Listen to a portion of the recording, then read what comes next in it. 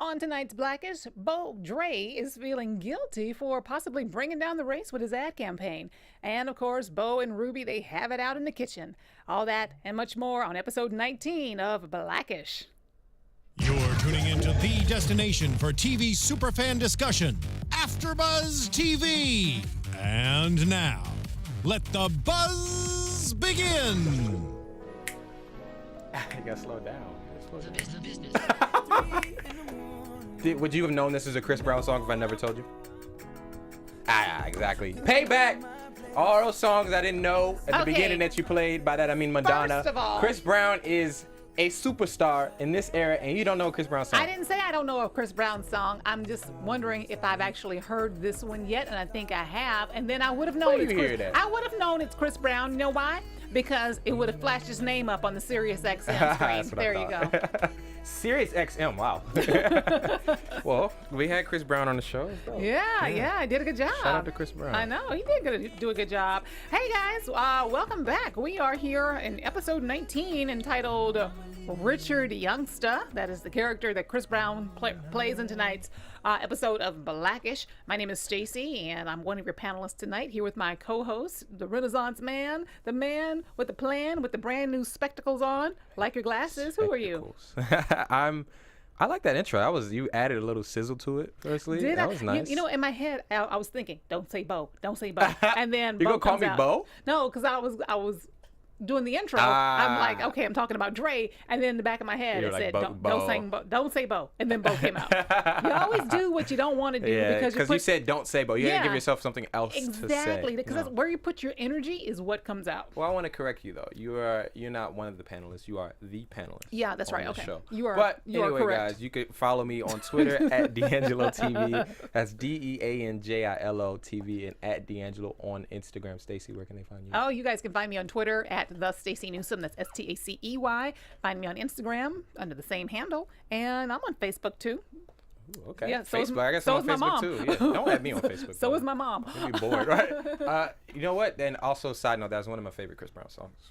I like, not a huge Chris Brown fan, but I do like him. I do like him too. Yeah. I do. I said I wasn't gonna talk about it. I said I wasn't gonna talk about it. It's kind of hard not to, but okay, I'm gonna talk about it. All right. Okay. For now. No, I'm just gonna just get it out of the way. Chris Brown's one of those artists. When I hear him on the radio, I'm like, oh yeah, who's that? Who's that? And then I'll see Chris Brown. Oh, but he punched somebody. Okay. No, you're right. We just discussed it too. Like maybe we'll pull back the curtain for the guys. We were discussing on if we'll discuss that because the simple fact of the matter, there is a large population that still, when they think Chris Brown, anything, whether they like it or not, they're gonna go back to the fact that he had a domestic violence issue. He hit a female. Yeah. And I didn't want to bring it up because I know, but you gotta speak to it because I want to clean slate him. But I don't think even me, who I'm a guy, so it's a little different. But I don't advocate for domestic violence or anything like that. But I don't think when I look at him, I didn't think in the entire episode, oh, he does this. Yeah. But I do think troubled, like what I mean, okay. Legal issues, like. But I still enjoy him as this is not his first time acting. I enjoy him as a musician, so I gave him a clean slate. But I think it's fair I personally think it's fair for you to say that because there is still a large amount of people who feel that way. Well, it's a black and white, everybody, female, male. It's a matter of separating the art from the artist. Exactly. And I mean, you think this. I used to think the same way whenever I think of Ike Turner. I'd be like, oh yeah, he used to hit Tina. Or Joe Bobby Jackson. Brown. Yeah, Joe Jackson. Yeah. Michael's dad. Ooh, Michael's dad. So some people don't get past that. I'm trying to think of an artist who has, but the fact that I can't think of them is probably good for them. All right. Anyway. Well, let's dive into this episode. So this episode went a little deeper than I was expecting it to. Tonight's episode dealt with how basically Dre has a responsibility in Bo's mind and then eventually in his mind to represent well for the black community because he's in that position to determine what images the world sees about black culture. So what did you, first of all, think about overall the episode? Oh, I love this episode. Surprise. I wasn't expecting much from a depth standpoint. I was expecting a laugh as always. But this was a very good episode, and I've had a conversation with someone about this, that the beginning statistic of the power of black people's money. Yeah. We spend a lot of money. Yes. For better or for worse. Yes, black people do. I'm not in that in that group yet because I don't have a lot of money to spend. Okay. Well, that's another fascinating fact about it is that most like we're not like I mean, I don't want to generalize because I don't know that number, but it's black people who do and do not have money. I mean, I'm from DC and from a low income area, but everybody had a nice pair of shoes on. Yeah. Jordans, everything. Wow. Except for me, I didn't. But yeah, I didn't either. yeah. Mama wasn't really going for that. It was Payless for me. Yeah. And Buster Brown. Shaqs. Yeah. Them flashing shoes. Yeah. But I'm just saying, so it's not for better in the sense that lack of priorities, but a large influence in the economy. Exactly. 15th largest GDP between Spain and Mexico. I just loved it. Yes. I love that they did that. I do too. I do too. I love how they always put things into historical context for us in our culture. So let's get down to it. Dre comes up with a fantastic ad campaign, so he thinks in his mind, to include a rapper, a hot rapper of the moment, played by Chris Brown. Not a rapper, singer. Not a rapper, singer, but to play a rapper, to be in an ad campaign for a product called Uvo. Yes. And they're put some Uvo on it. Their catchphrase is put some Uvo on it. And we see all the stereotypes we see in rap videos, music videos, and the white folks in the office loved it. The ignorant white folks. Yes, in the office, and Dre loved it too, though. Listen, it was Dre's idea. He liked it. They liked it. Yeah. He liked it. They liked it because he's always seeking their approval. Exactly. Because it's his workplace. Yeah. And he takes it home to the family. The kids love it. Yeah. He loves it. The kids love it because he wants their approval. Yeah. And then but the real people who Bo and Ruby agree on something. Yeah. Which in that should have, you know what? He shouldn't have needed anything else. They were on the couch agreeing with each other. Yes. Like nothing. There was no dynamic. They were in accordance. Yes, that was a very serious conversation. Right. That became a very heavy conversation. Right. Where, basically, she said it. White people basically don't want to visit our culture, don't want to live in it. Get out the movie, watch it. Exactly. Hello, exactly. have you seen it yet? I did see it. Finally, all right, good. Yeah. Now you welcome back to the black community. Yes, you were not there. I never went anywhere. You were quite delayed in your viewing of it. By that, you should have. No, I wasn't. I saw it within the first week. You didn't see that first weekend. Box office numbers, that is huge. Box office numbers at the end of the first weekend say everything about the movie. And if you did not invest, and if they had failed, you would have been part of the issue. Okay, first of all, my money still went to them. Right, they later. still got my money. After the first weekend. Yeah, like so Monday. Okay. All right, but Mondays, that's when the press release come out. It's too late. It could have been over. That's all I'm saying. Thank you. Right. But all I'm saying is welcome back to the black community. That's all. I'm welcoming you back. I never went anywhere. I'm messing what with are you talking about? I'm messing. You putting me on the defensive over here. I know. First of all, I've been black longer than you've been alive. It's Second of all, valid. Fair point there. Way to put me in my place. Yeah. Mm-hmm. You don't even know the song Mr. Dabalina, Mr. Bob Dabalina. I asked a African American man outside who is of similar age of you. He's just not hip. Okay. And then, so I'm just saying, that's up for review. That should not be your first proof. I'm just saying, if you know black culture, you should know that song. All right, let's get back to it. I did want to say this. Yeah. So, well, you didn't really get to this, but I guess I'll push you. Yeah, go ahead. It. So, one, I think me and you would have been ruined. Bo and Ruby, Rainbow and the grandma. Ruby. Yeah, okay, I did say it right. I think we would have been them immediately because we were disturbed watching it. It was once he poured Uvu on the white girl. Yeah. And black girl and turned to white. Yeah. I was like, no, he didn't. Yeah. No, they did not. It was funny. Right. It was funny. I mean, it was like, oh. It had to be over the top to get the point across. Yeah. But it was hilarious. But like, if this was a real thing, I would be very offended. Right. Like if that was on TV, right, I would have been offended. Well, first of all, I did want to ask you, do you think Bo came down too hard on him? No.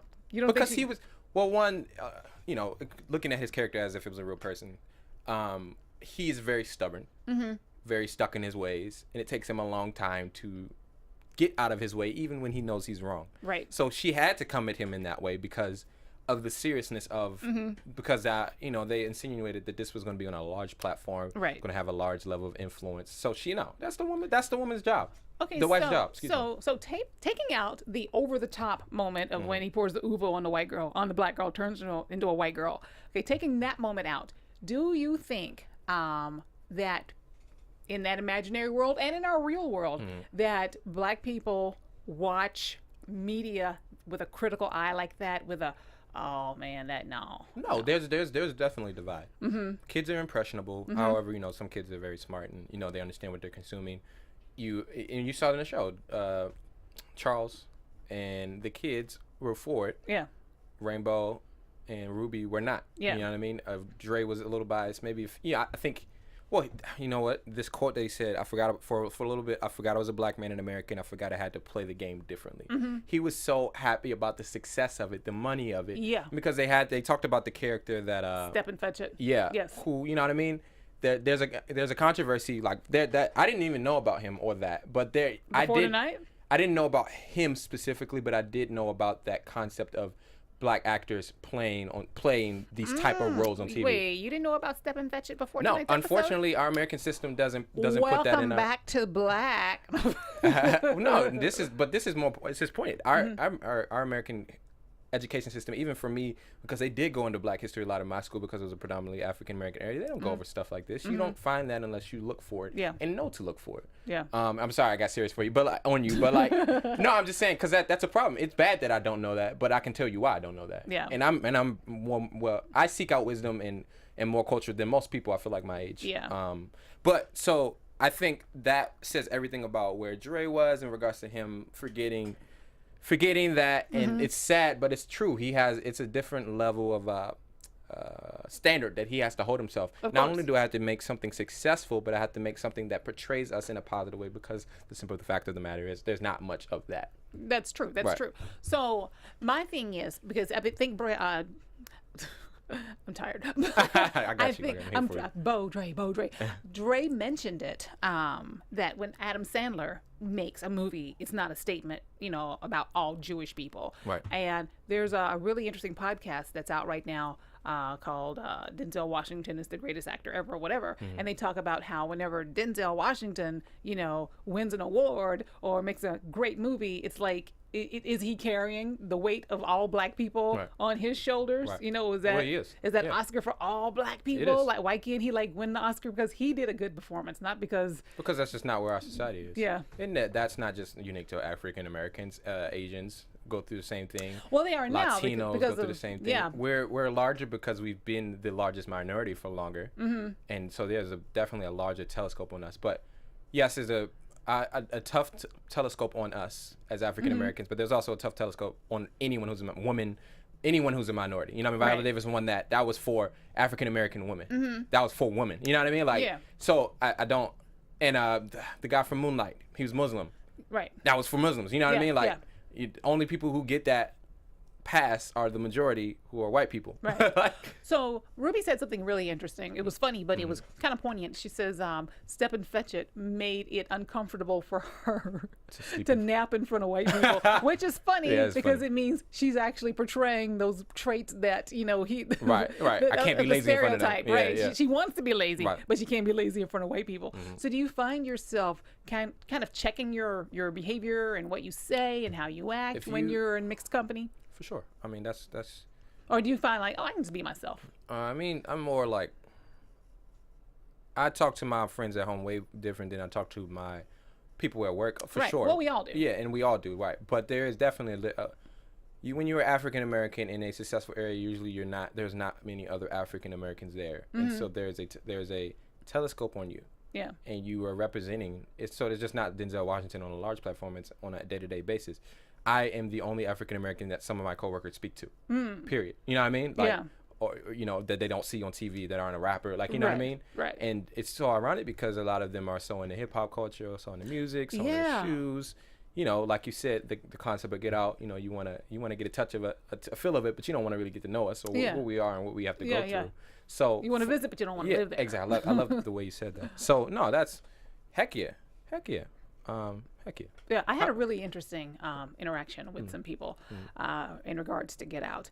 I'm a tour guide part-time, right? And I had some people on my tour. Yeah, it's one of my 15 jobs. You grinding, I love it. And these people were from Texas, and they got into the car, and I immediately felt like they were uncomfortable around me, and I thought maybe it was just me because I was kind of tired of the day, and I'm like, oh, maybe I'm just like, my energy is a little weird today. No, it turned out it was them. They were a little uncomfortable around me, and we were talking about. Was it Indian? No, they were Caucasian. Okay, white. They were white people. And white folks. And we were talking about movies, and I was like, you guys see anything lately that you really liked? And then the guy's like, well, I don't know if I really liked it, but I saw Get Out. I'm like, oh, what'd you think of it? And he goes, well, you know, it made me uncomfortable. And I'm thinking in my head, yeah, it's supposed to. Right. And he goes, I thought it was racist, you know, towards white people.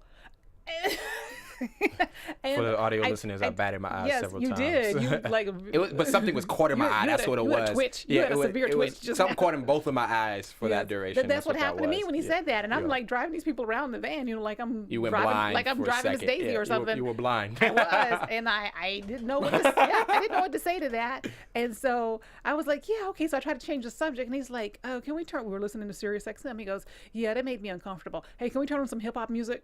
I swear. That's something in a movie, but that's real life. And I tell you, it's not that uncommon, unfortunately. Oh my God, it's just so upsetting. Yeah, they were very tone deaf. I don't even think they weren't trying to be aggravating. They were just tone deaf. Well, that's what's angering about it is, we're at a point in society where, you know, I think it's quite difficult for people to not be able to admit that there is a different type of thing that African Americans have to go through on a day-to-day basis. Mm-hmm. But it's at the point where it's just obvious that they don't care to find out. Yeah. You know what I mean? And it's not everybody, of course. Not everybody. No, it's not. I'm talking about that population that falls into that. And I think that is, and I think that is unique to African American culture. Like that there's just a general desire to not even find out. Right. Like there's so many other movements that do get a lot of momentum, but for some reason, you know what I mean? There's something about us that is just not. I don't really care, but I want some of that good stuff that y'all do. You know what I mean? Yeah, exactly. So I'm gonna leave it alone. Yeah, well, I mean, it's a very relevant conversation because it's exactly what this particular episode was about.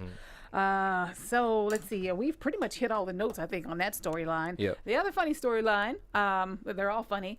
Ruby. Gosh, we saw a side of Ruby that I wasn't expecting to see tonight. There's always the back and forth push and pull between she and Bo. Oh, right. Mm-hmm. Yeah. But she was very irritated that the kids all have different tastes and they can order out. I sensed a little bit of hating there, actually. It was jealousy. I was jealous. I'm like, you guys get to order out. We get the money to do it. Yeah. And turns out she was actually feeling slighted because the kids now don't want her cooking. Right. And that's her strongest connection to the kids. Right. And I felt some empathy for Ruby. I don't typically feel empathy for her because she's the she's the comedic scapegoat, you know, in the dynamic with the kids. But in that moment, I'm like, oh wow, that's something for her with her grandkids. That's how she connects to them. Yeah. And I get that. Yeah. So the engineer's telling us we need to make it quick. But I think that. Oh, he told you? He didn't tell me? No, I've been. It's a guy thing? I've been eyeing you to look at the screen for like quite some time. Oh yeah. I was like, I thought you had something in your eye. No, I gave you that. I see now. I gotta. We pulling back the curtain tonight, guys. I cut my eye to the left. Notioned over there, and it ain't not I thought nothing. y'all had a secret communication or something going on. I'm wearing glasses tonight. My peripheral vision's like not corrected here. But to go to your point, like very quickly, I almost forgot what your point was. I did have a little empathy for her. She did it in a very Ruby way. Mm-hmm. But that grandmother figures usually connect with you through their food, so I can, and especially in Black families. Right. So I feel it. Well, not my grandmother. She wasn't a great cook, but she tried. Well, listen, we apparently we gotta go. We gotta go. Yeah. We were having such a good time. I thought this was a great show. It was a good show. It was a great show, and the writers did a great job tonight. Agreed. Always do. They always do. But tonight they hit it on the. They did. Yeah. Well, hey Dre, where can they find you? Dre, call me Dre. DeAnJilo. You guys can follow me. You can find me on Twitter at DeAnJilo TV. Can I tell them where to find me? Yeah, go ahead. You all look alike, girl. You can follow me on Twitter at DeAnJilo, DeAnJilo TV, and follow me on Instagram at DeAnJilo at DeAnJilo. By the way, you killed it last week, 2 weeks ago on your solo episode. I watched it. I hope y'all watched it because Stacey is the boss. Where can they find you on social media? Oh, you're so sweet. Thank you. You guys can find me on Twitter and Instagram at the Stacey Newsome, Stacey. And that is it, guys. We'll be back next week. We out for episode 20. Yes. Another week. Another episode. We love it. Bye. Everybody, thanks a lot.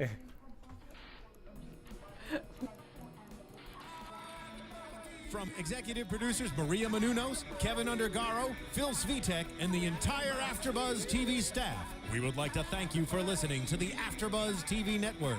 To watch or listen to other after shows and post comments or questions, be sure to visit AFTERBUZZTV.com.